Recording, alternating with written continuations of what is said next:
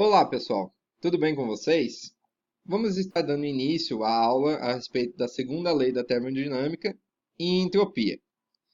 Meu nome é Thiago Severo Strázulas, eu sou mestrando do programa de pós-graduação em Engenharia Química e orientado pelo professor da disciplina de vocês, o professor Ivanildo José da Silva Júnior. A ideia aqui é a gente fazer sistema de videoaulas com o foco nas aulas invertidas, que são aquelas que vocês estudam previamente a partir dessas aulas, e no dia a gente vai tirar dúvidas, resolver exercícios a respeito do que vocês já estudaram anteriormente. As aulas foram divididas de uma forma a facilitar o entendimento a respeito desse tema. Sendo a primeira aula tratada a segunda lei da termodinâmica, desenvolvimento dela, de como chegou, e a entropia, de uma forma mais conceitual. Já na aula 2, a gente vai mais específico para as propriedades da entropia, como ela varia com mudança de temperatura, mudança de pressão e mudança de volume. Já na terceira aula, eu quis abordar como, na verdade, chegou-se a esses conhecimentos da entropia a partir dos ciclos, que são conhecidos, por exemplo, o ciclo de Carnot, as ideias sobre máquinas térmicas e aplicações do nosso cotidiano. Já na aula 4, entrar dentro do tema a entropia de reações químicas, ou como a entropia está relacionada com essas reações. Então vamos lá. Na nossa primeira aula, é importante a gente lembrar só alguns conceitos da primeira lei da termodinâmica, onde a gente sabe que a energia no sistema, nada se cria, nada se perde, tudo se transforma, certo? Em que a primeira lei da termodinâmica vem relacionar a energia interna como uma função de estado, onde vem dizer para nós que a energia do sistema sempre se conserva. Mas será mesmo que sempre se conserva? Pela primeira lei da termodinâmica, tudo bem. Mas será que na segunda lei isso quer dizer a mesma coisa? Então vocês estudaram que a energia interna é uma variável de estado e uma propriedade extensiva, certo? Ela é dependente da matéria, de massa da amostra. Já o calor e o trabalho vão estar dentro da energia interna de uma forma, certo, interativa, ou seja, pelas nossas equações já desenvolvidas, a energia interna ela é a variação do calor mais a soma do calor mais o trabalho. O calor ele vai estar na ordem relacionado com a capacidade calorífica e a variação de temperatura, onde se a capacidade calorífica do sistema tiver volume constante, você vai usar CV. E se tiver a pressão constante, vai usar CP. Já o trabalho, a fórmula de trabalho mais conhecida, é daquele sistema do pistão, onde se eu tenho um favorecimento aqui do sistema, ele empurrando no caso, né, o sistema interagindo com a vizinhança, o trabalho vai estar aumentando, ou seja, vai ser negativo sobre esse sistema. Já quando há uma compressão e esse trabalho diminui, ele vai ficar positivo, ou seja, uma compressão da vizinhança sobre o sistema. Já nos processos, quando a gente fala processo espontâneo, a gente precisa ter uma ideia do quê? Na primeira lei termodinâmica diz que as energias se conservavam, certo? Então, se for assim, eu crio um gerador elétrico, ele abastece o motor elétrico, certo? E por si só o motor elétrico recarrega esse gerador. É isso mesmo que acontece? A máquina trabalha de forma perpétua? Se fosse assim, seria ótimo. Mas nós sabemos que há um limitante na primeira lei da termodinâmica, em que foi necessário para a criação da segunda lei da termodinâmica. Quando a gente pergunta se uma reação pode ocorrer de forma espontânea ou não. O que é, na verdade, uma forma espontânea? É aquela que acontece naturalmente, sem que haja nenhuma intervenção, ou seja, sem que você tenha que gastar energia ou, de alguma forma, na execução de um trabalho, para que ele aconteça no sentido contrário, ou seja, processos espontâneos eles têm um sentido definido, uma ordem na natureza de acontecer naturalmente para um determinado sentido. E se esse sentido contrário, se for acontecer não espontâneo, ele precisa de um gasto de energia. Como vem um exemplo? Café quente, você sabe se você deixar ele no ambiente, ele vai esfriar. Mas por que isso? Porque justamente a troca térmica em que tem o contato do calor transferido do café quente para o ar frio, certo? Então seria muito bom se a gente pensar na primeira lei, o café sempre ficaria quente, né? Não ia se perder. A energia sempre ia se conservar. Ia ficar um ciclo, né? Ia perder, esfriar e voltar a ser quente. Mas a gente sabe que o inverso do café frio para o café quente não acontece de forma espontânea. Então, o que é espontâneo? É que o café quente, com o passar do tempo, o café quente com o passar do tempo, ele esfria com contato com o ar, certo? Então, pensando nisso, nós temos também que lembrar alguns conceitos de reversíveis, processos reversíveis e irreversíveis. Reversíveis é aqueles que podem ser restaurados ao seu estado original sob as mesmas condições de energia. Já os processos irreversíveis são aqueles que não podem ser simplesmente revertidos, ou seja, eles acontecem de forma natural, eles, não, eles acontecem num sentido único. Ou seja, sistemas químicos em equilíbrio são tratados como reversíveis, aqueles que estão em equilíbrio, certo? Produto e reagentes. Em qualquer processo espontâneo, a trajetória entre reagentes e produtos é irreversível, ou seja, a irreversibilidade está intrínseca com aqueles processos que a gente já comentou que acontecem num sentido único, um processo espontâneo. A termodinâmica só nos fornece o sentido de um processo e não pode prever a velocidade com que ele vai ocorrer. Uns processos demoram mais do que outros, certo? Nós sabemos que a maioria das reações exotérmicas elas são consideradas espontâneas. Por exemplo, dióxido de carbono, a formação de dióxido de carbono, a formação de dióxido de enxofre. Outro sentido que a gente pode ver, tratando quando a gente fala de espontâneo, certo? É que ele pode ser espontâneo para um sentido e não para o outro. Por exemplo, o que é espontâneo? É que o gelo se transforma em água a temperatura maior que 0 graus, certo? E que a água se transforma em gelo a temperatura menor que 0 graus. Ou seja, eu não tenho como formar água a partir do gelo em temperatura menor que 0, certo? Assim como eu não tenho como formar gelo em temperatura maiores do que 0, né?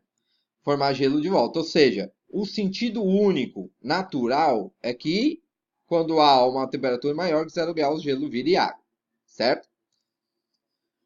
A expansão espontânea de um gás acontece também, pode acontecer de uma mesma forma. Pense em um recipiente que está no vácuo e outro preenchido com um gás numa mesma pressão. O que acontece quando eu abrir essa válvula? Naturalmente, como o gás está se expandindo contra uma pressão externa, certo? Igual a zero, pela definição lá do trabalho, o trabalho que é realizado pelo gás também vai ser igual a zero. Ou seja, o gás vai se expandir para o outro recipiente de forma espontânea, ou seja, natural, sem nenhum gasto de energia.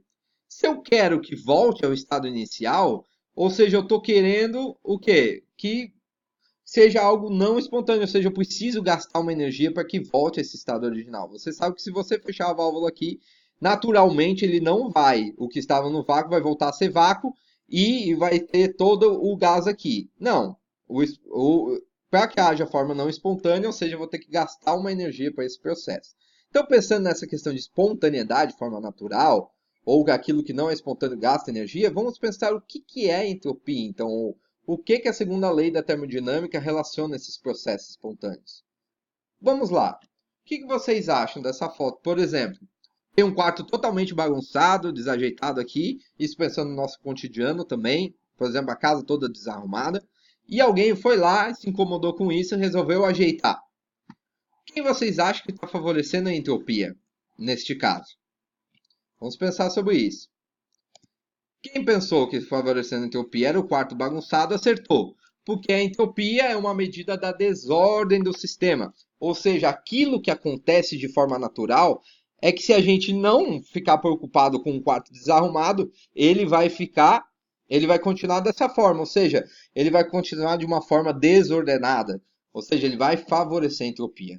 Quando a pessoa se incomoda e resolve arrumar o quarto, então a gente está desfavorecendo a entropia. Isso é o que a gente pensar nas moléculas, por exemplo, dos sólidos, elas estão mais ordenadas, mais juntas, certo? Quando a gente aumenta a temperatura, o que causa? A mudança desse estado, certo? Um aumento de temperatura e as moléculas elas ficam mais agitadas. Ou seja, as moléculas do estado líquido são mais agitadas do que o sólido. Pensando nisso, nós vamos ter que a água é mais desorganizada do que o gelo. Então o gelo derrete espontaneamente a temperatura ambiente, ou seja, a água líquida ela está aumentando a entropia, ou seja, a desordem do sistema. Nisso, a gente pode relacionar que a entropia ela vai estar relacionada com o calor e por que não o trabalho? Porque só pela temperatura, as moléculas, quando aumenta a temperatura, elas ficam mais desordenadas, ou seja, ela favorece o aumento da entropia. Já quando eu executo um trabalho sobre esse sistema em relação à vizinhança, a vizinhança vai estar mais ordenada. Então, ordem não favorece a entropia. Ou seja, processos espontâneos, aumento de temperatura, favorecem a entropia, e já processos não espontâneos, com gasto de energia para ordenar elas, desfavorecem a entropia, certo? Então vamos lá. Definimos a entropia também como uma função de estado, aquela que depende do sistema e não como chegou até ela. Temos uma relação que vem da desigualdade de Clausius, na verdade, definições que vamos ver mais à frente, mas que a variação da entropia depende da variação infinitesimal do calor sobre a temperatura, onde que esse rev indica o calor envolvido no processo reversível. Se a gente integrar os dois lados, nós vamos ter variação da entropia dependente, né, da variação desse calor sobre a temperatura. Se você considerar a temperatura num ciclo fechado, por exemplo, que o ΔS vai ser zero, que a gente vai estudar nos ciclos de Carnot, um processo isotérmico, a temperatura constante, ela vai sair da integral, certo? Então a gente vai ter a dependência da variação da entropia com o calor reversível sobre esta temperatura que é dada em Kelvin. Sempre importante lembrar, a temperatura é dada em Kelvin. Não é natural que vocês vão ver a unidade de joules, né, por Kelvin. Mas dentro da entropia, isso é uma unidade que vocês vão estar vendo. Se eu estou relacionando com mols, ela vai ficar a unidade em joules por mol Kelvin, certo? Então, lembrando que se é um processo isotérmico, a temperatura vai sair dessa integral. Então, vamos lá. Tente resolver aqui uns exercícios que eu trouxe para vocês sobre o que é reações consideradas espontâneas de forma natural e aquilo que não acontece espontaneamente, em que precisa de algum gasto de energia para que aconteça. Nós chegamos à conclusão dessa aula que a entropia é uma função de estado e que considera a desordem do sistema.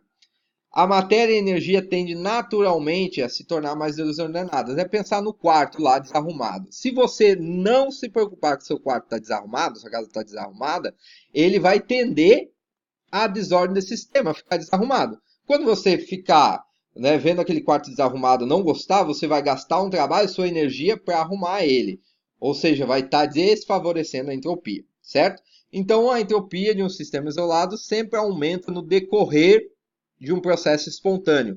Aumento da temperatura, a gente viu até na própria equação, há um aumento da desordem do sistema, ou seja, aumenta a entropia. Um processo ocorrendo dentro de um sistema é espontâneo, se a vizinhança não precisa realizar trabalho sobre o sistema para o processo ocorrer. Ou seja, se aquilo que vai acontecer de forma natural, realmente ele é dado como um sistema espontâneo, que aumenta a desordem do sistema, consequentemente aumenta a entropia. Vocês veem que se aumentar a entropia, a diminuição do quê? Da energia, certo? Os limitantes da primeira lei é que ela trata apenas variações de energia, ou seja, quando a gente fala que a energia só se conserva na primeira lei. Mas a gente sabe que não é assim que acontece. Há perdas dessas energias. De que forma? Elas se transformam em outras... ela se transforma em outros tipos de energia que necessariamente não voltam ao seu estado original. Então, até a próxima aula, pessoal. Bons estudos aí e vamos dar até a segunda aula que vamos tratar mais especificamente sobre as propriedades da entropia. Variação de temperatura, variação de volume e variação de pressão. Até a próxima aula, pessoal. Valeu!